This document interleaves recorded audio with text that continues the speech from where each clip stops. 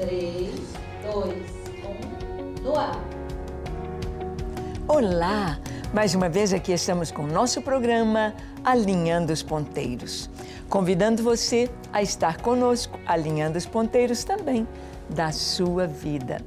Olhando, conferindo com as Escrituras como está a nossa vida cristã, como está o nosso testemunho, como está a nossa vida em Deus.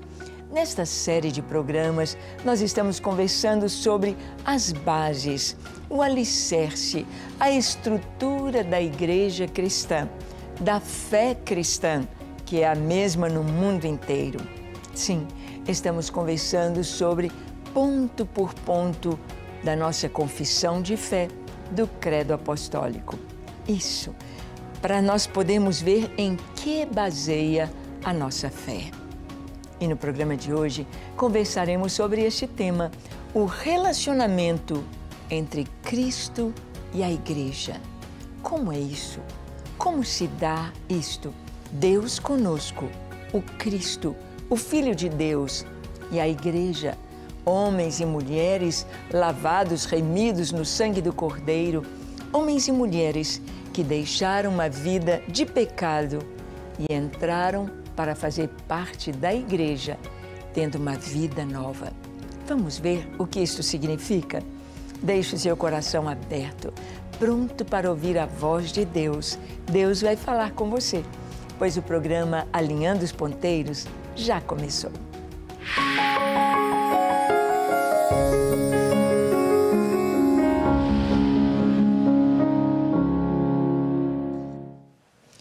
Muito bem, queremos ver o relacionamento entre Cristo e a Igreja. Nós sabemos que dentro do islamismo, Alá, o Deus do Islã, é um Deus que manda colocar em todas as fachadas das suas mesquitas. Alá é o único Deus e ele não tem filhos. Ele já coloca bem claro, não vem com essa de meu filho não, porque Alá não tem filhos. A coisa mais linda é quando um islâmico se converte, um muçulmano se converte e compreende que Deus é Pai, que Deus nos ama como filhos, que Ele cuida de nós como filhos. E Ele fez algo tão tremendo. Ele enviou o seu próprio Filho, Jesus, para dar a sua vida em nosso lugar, para que ele não tivesse apenas o seu filho unigênito, mas que Jesus fosse o primogênito, o primeiro, o mais velho de uma família com tantos irmãos. Sim, é maravilhoso saber que o nosso Deus é Pai. E Jesus nos ensinou a orar, Pai nosso que estás nos céus. Pai, Pai, Pai. Há um livro contando a história de uma muçulmana que se converte e o título do livro é Atrevi-me a chamar-lhe de Pai. Pai. Deus como Pai nos cobre, nos ama, se revela e nos enche de segurança. Vamos ver o que a Bíblia fala sobre Cristo e a Igreja. Olha a comparação deste relacionamento de Cristo e a Igreja, citado pelo apóstolo Paulo em Efésios capítulo 5, dos versículos 22 ao 32. Olha que texto maravilhoso, diz assim: as mulheres sejam submissas a seu próprio marido como ao Senhor, porque o marido é o cabeça da mulher, como também Cristo é o cabeça da Igreja, sendo este mesmo o Salvador do corpo. Como, porém, a Igreja está sujeita a Cristo, assim também as mulheres sejam em tudo submissas ao seu marido. Maridos, amai vossa mulher, como também Cristo amou a Igreja e a si mesmo se entregou por ela, para que a santificasse, tendo-a purificado por meio da lavagem de água pela palavra, para a apresentar a si mesmo, Igreja gloriosa, sem mácula, sem ruga, nem coisa semelhante, porém santa e sem defeito.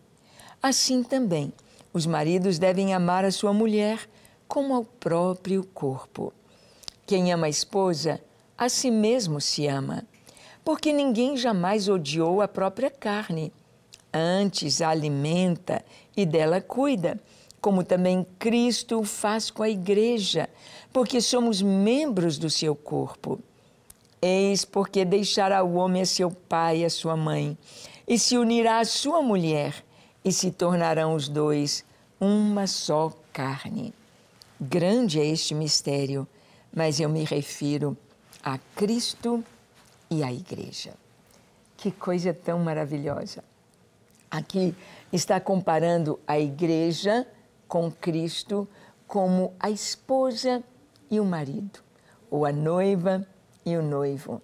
Aqui está falando de casamento. No casamento, homem e mulher, os dois se tornam uma só carne. É o que nos diz a Escritura. Por isso deixará o homem seu pai e sua mãe, se unirá à sua mulher e serão os dois uma só carne. Por mais que hoje nós possamos ver as pessoas tentando mudar as Escrituras, trazendo costumes contrários ao que a palavra de Deus nos diz, o que a palavra nos diz é absolutamente correto e é isso que nós temos aqui diante do plano e do projeto de Deus. O homem e a mulher se unem, formando uma família e se tornam uma só carne quando eles se casam. O casamento é um compromisso assumido diante de testemunhas, um compromisso assumido diante de outras pessoas que estão testemunhando aquela aliança, uma aliança com a promessa de amor e fidelidade até a morte. E como é com Cristo? Da mesma forma. Com Cristo, eu e você fazemos uma aliança com Deus diante de testemunhas, diante de tantas pessoas, porque Jesus disse: aquele que me confessar diante dos homens, eu o confessarei diante de meu Pai que está nos céus. Aquele que me negar diante dos homens, também eu o negarei. Estar em Cristo, se tornar igreja, se tornar filho de Deus, é um ato público. Público. Nós sabemos quão difícil isto acontece entre islâmicos que se convertem, porque eles não aceitam proselitismo nas nações fechadas, nas nações islâmicas, não aceitam que uma pessoa de uma família islâmica ele possa se converter ao cristianismo. Para eles é como se fosse uma traição à tradição deles. E então essa pessoa, esse cristão, é condenado à morte pela própria família. A própria família. Eu estive num congresso de missões recentemente e eu vi o testemunho de uma menina, ela teve de mudar o seu nome, islâmica, teve um encontro lindo com Jesus. Jesus apareceu para ela em sonho e várias vezes falou com ela. E quando ela contou a sua experiência para a sua família, eles a expulsaram de casa. Você não pode ficar aqui. Isto num país fechado ao Evangelho, lá no Oriente Médio. E então, ela foi expulsa de casa. E, em determinada ocasião, a mãe a convidou. Não, vem aqui em casa, estamos com saudade de você. E preparou uma mesa com todas as coisas gostosas que ela gostava tanto. E ela comeu e ela disse: vocês não vão comer comigo? Não, não, é para você, foi feito para você. E ela comeu. E a mãe perguntava: você não está sentindo nada? Ela disse: não, por quê? Eu deveria estar sentindo? Aí a mãe disse: eu coloquei veneno nessa comida que dá para matar 10 pessoas. Como você não está sentindo nada? E ela então falou sobre Jesus. Mas ela foi expulsa de casa, ela foi rejeitada. O testemunho do cristão é um testemunho público, sim.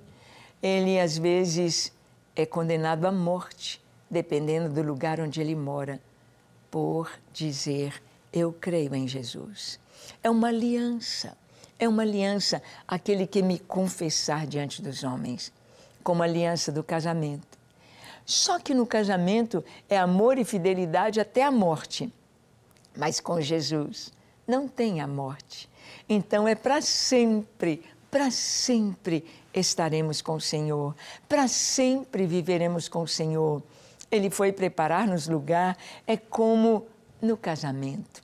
Não é um casamento como aqui, com procriação, é um casamento, é uma aliança.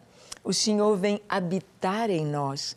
Assim como no casamento, o marido e a esposa tornam-se os dois uma só carne em Cristo. Com o Espírito de Cristo, o Espírito Santo de Deus, nós nos tornamos um só. Um só com o Espírito Santo, um só com Deus Pai. Ele vem habitar em nós. Jesus disse, e viremos para Ele e faremos nele morada. E nós vamos ver que Paulo, falando desse mistério maravilhoso entre Cristo e a igreja, como na aliança do casamento, ele fala que Jesus é a cabeça da igreja. Olha o que está escrito em Colossenses capítulo 1, dos versículos 15 a 19. Diz assim, este é a imagem do Deus invisível, o primogênito de toda a criação, pois nele foram criadas todas as coisas, nos céus e sobre a terra, as visíveis e as invisíveis, sejam tronos, sejam soberanias, quer principados, quer potestades, tudo foi criado por meio dele e para ele. Ele é antes de todas as coisas e nele tudo subsiste. Ele é a cabeça do corpo, da igreja. Ele é o princípio, o primogênito de entre os mortos, para que em todas as coisas ter a primazia, porque aprouve a Deus que nele residisse toda a plenitude. Esse texto maravilhoso nos fala quem é Jesus. Ele é antes de todas as coisas, Ele é o Criador, Ele fez todas as coisas, Ele é um com o Pai, Ele é o Filho de Deus, Ele é Deus que se fez homem, é Deus que esteve entre nós, é Deus que ninguém pôde acusá-lo de erros, falhas ou pecado. Ele é aquele que nos remiu, nos alcançou com a sua graça. E aqui o texto nos diz que tudo foi criado por meio dele e para ele. Ele é antes de tudo. E diz a palavra que ele é a cabeça do corpo da igreja. Na verdade, essa expressão aqui, a cabeça, não é simplesmente a cabeça que é acima do pescoço, mas é o cérebro alojado aqui na nossa calota craniana, o cérebro que comanda todo o corpo. Se uma parte do corpo não recebe a inervação, não recebe a direção, o comando do cérebro, aquela parte não mexe, morre. Aquela parte definha, porque não está recebendo as ordens do cérebro. O Senhor é aquele que dirige todo o corpo. Ele é a cabeça da igreja. Não importa se seja os olhos, seja a língua, o nariz, o olfato, a audição, o coração que bate no seu ritmo autônomo ali. Não importa que seja o pulmão, ou o intestino, ou os dedos do pé ou da mão, todos têm de receber os nossos neurônios, os prolongamentos, as sinapses que vêm do nosso cérebro, para que nós possamos nos mover, para que nós possamos viver, para que haja interação de todo o corpo. Nós cremos que Jesus é a cabeça da igreja. Nós cremos que tudo que tem acontecido na história da igreja, não falando de pecado. Por quê? Porque na história dos homens sempre tem coisas erradas. Jesus escolheu 12 discípulos e ele disse, um de vós é diabo. Sim, dos 12, que ele passou a noite orando por eles, escolheu um a um, chamou pelos nomes. Judas Iscariotes estava na lista. mas não tinha o coração em Jesus, não amava o Senhor. Assim também na igreja hoje, talvez você se escandalize ou tenha se escandalizado com pessoas que erraram. Talvez pastores, talvez obreiros, talvez ministros de louvor, que te escandalizaram, que fizeram coisas erradas, pecado na igreja. Mas estes que são escândalo jamais pertenceram ao Senhor. Uma pessoa pode estar ali na igreja, pode falar como crente, pode orar como crente, pode cantar como crente, pode compor canções como crente, pode pregar como pastor, sem ser verdadeiramente um crente ou igreja. Porque a igreja, Cristo é o cabeça. Cristo é aquele que governa, é aquele que manda, é aquele que dirige, é aquele que nos dá o Espírito Santo. Ele é o primogênito dentre os mortos. Ele é a cabeça da igreja. E nós vamos ver nesse relacionamento entre Cristo e a igreja, vamos ver que a igreja é coluna e baluarte da verdade. Você quer encontrar a verdade? Na igreja. Na igreja, onde Cristo está. Ele é a verdade.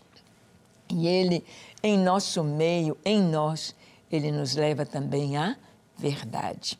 Olha o que está escrito em 1 Timóteo capítulo 3, de 14 a 16. Diz assim: Escrevo-te estas coisas, esperando ir ver-te em breve, para que, se eu tardar, fique ciente de como se deve proceder na casa de Deus, que é a igreja do Deus vivo, coluna e baluarte da verdade. Evidentemente, grande é o mistério da piedade. Aquele que foi manifestado na carne, foi justificado em espírito, contemplado por anjos, pregado entre os gentios, crido no mundo, recebido na glória. Paulo, o apóstolo Paulo, está escrevendo ao seu discípulo Timóteo, ao futuro pastor ou ao pastor que depois haveria de substituir, haveria de receber o bastão, o legado de Paulo para continuar pregando. Ele escreve a Timóteo dizendo: olha, estou te escrevendo, eu quero te ver, nós vamos conversar pessoalmente, mas quero que você esteja ciente sobre o modo como proceder na igreja do Deus vivo, coluna e baluarte da verdade. Que coisa tão linda! A igreja tem um dono só. A igreja não é de uma família, a igreja não é de um pastor, a igreja não é de uma denominação, a igreja não é de nenhum ser humano. A igreja pertence a Deus, a igreja do Deus vivo. Nós fomos comprados por grande preço. Nós fomos remidos. Os nossos pecados foram perdoados em Cristo e nós fazemos parte da família de Deus. Pertencemos ao Senhor. A igreja é do Senhor Jesus. A igreja é dirigida pelo Espírito Santo de Deus. A igreja é do Deus vivo. E a igreja é coluna e baluarte da verdade. A igreja precisa pregar a verdade. E pregar a verdade muitas vezes significa ser perseguida. Muitas vezes significa não ser compreendida e ser cancelada e ser deixada de lado. Por quê? Por causa da verdade. Hoje vivemos em um tempo em que as pessoas dizem nas escolas, nas universidades, entre os jovens, na televisão, na mídia, no cinema, nos desenhos animados, nos noticiários, se passa uma mentira tão grande, dizendo que a verdade é relativa, de que a verdade não é absoluta, que o que é verdade para mim não é verdade para o outro. Mas alguém perguntou a um professor, quando o professor disse que a verdade era relativa, o que é verdade para mim não é verdade para você, e o que é verdade para você não é verdade para mim. E o aluno falou, ô professor, o senhor tem certeza disso que o senhor está falando? Ele disse, eu tenho plena certeza do que eu estou falando. Então o aluno disse, e então isso para você é uma verdade absoluta. O que você tem plena certeza é uma verdade absoluta. Você crê isso, é sua verdade absoluta. Então, é tolice dizer que não há verdade absoluta. Claro que sim. Claro que sim. Você olha, as leis fixas da natureza são verdades absolutas. E quando olhamos a perfeição da natureza, quando olhamos, por exemplo, a lei da gravidade, que é absoluta, absoluta.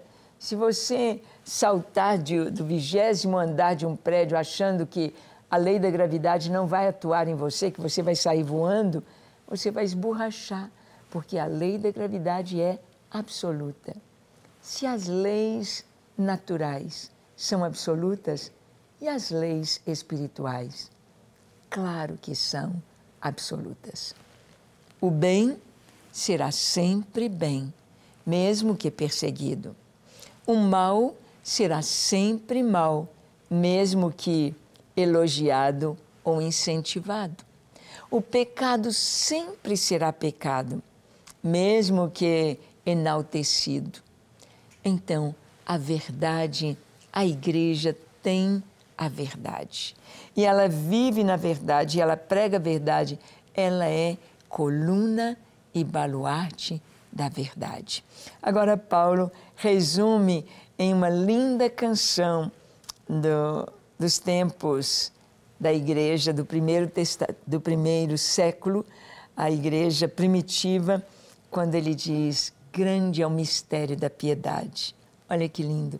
Aquele que foi manifestado na carne, foi justificado no Espírito, contemplado por anjos, pregado entre os gentios, crido no mundo e recebido na glória. É um resumo da obra de Jesus, a verdade que a igreja deve pregar. Quem é a igreja?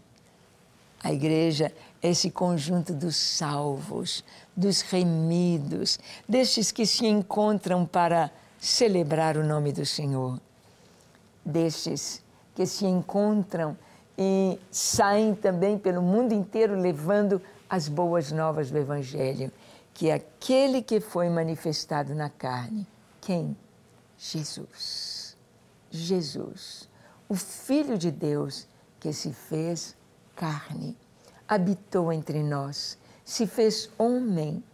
Aqui, quando Jesus esteve aqui há 2000 anos atrás, as pessoas podiam tocar em Deus, olhar para Deus, falar com Deus diretamente, podiam receber os ensinos do próprio Deus. Era Jesus, manifestado na carne, justificado no Espírito, a vida perfeita, de perfeição, santidade, contemplado por anjos nos céus e na terra, servido pelos anjos, contemplado por anjos, crido no mundo, pregado entre os gentios, crido no mundo. 2000 anos se passaram desde que Jesus foi crucificado e ressuscitou e ascendeu aos céus. E a igreja continua crescendo, milhares e milhares crendo no Senhor, fazendo parte da igreja e tendo esse relacionamento com o Senhor de amor e fidelidade. Você já faz parte da igreja? Você é um dos tais do Senhor? Que tal orar comigo agora? Vamos, feche os seus olhos, curve a sua fronte, se for possível se ajoelhe, ore comigo, dizendo assim, Senhor, eis-me aqui em Tua presença, eu abro o meu coração para Ti, lava-me, Senhor, perdoa-me, Senhor, santifica-me, Senhor, eu quero andar na Tua presença, viver na Tua presença, ser um contigo, dá-me forças para viver em santidade, dá-me sabedoria para alegrar o Teu coração, dá-me a Tua presença real em todo tempo, para que eu caminhe em segurança e paz. eu me entrego a Ti com tudo que sou, com tudo que tenho. Sou Teu, hoje e para sempre. Recebe-me, perdoa-me e encha-me com Teu Espírito, em nome de Jesus. Amém, amém e amém. Graças a Deus. É isso aí. Viva com o Senhor. Tenha esse relacionamento maravilhoso com Ele, sabendo que você faz parte da igreja. Vem celebrar o nome do Senhor. Cumpra o que a palavra nos diz e seja cheio do Espírito Santo. Deus te abençoe ricamente até o nosso próximo encontro, quando aqui estaremos compartilhando com você a palavra de Deus. Até lá!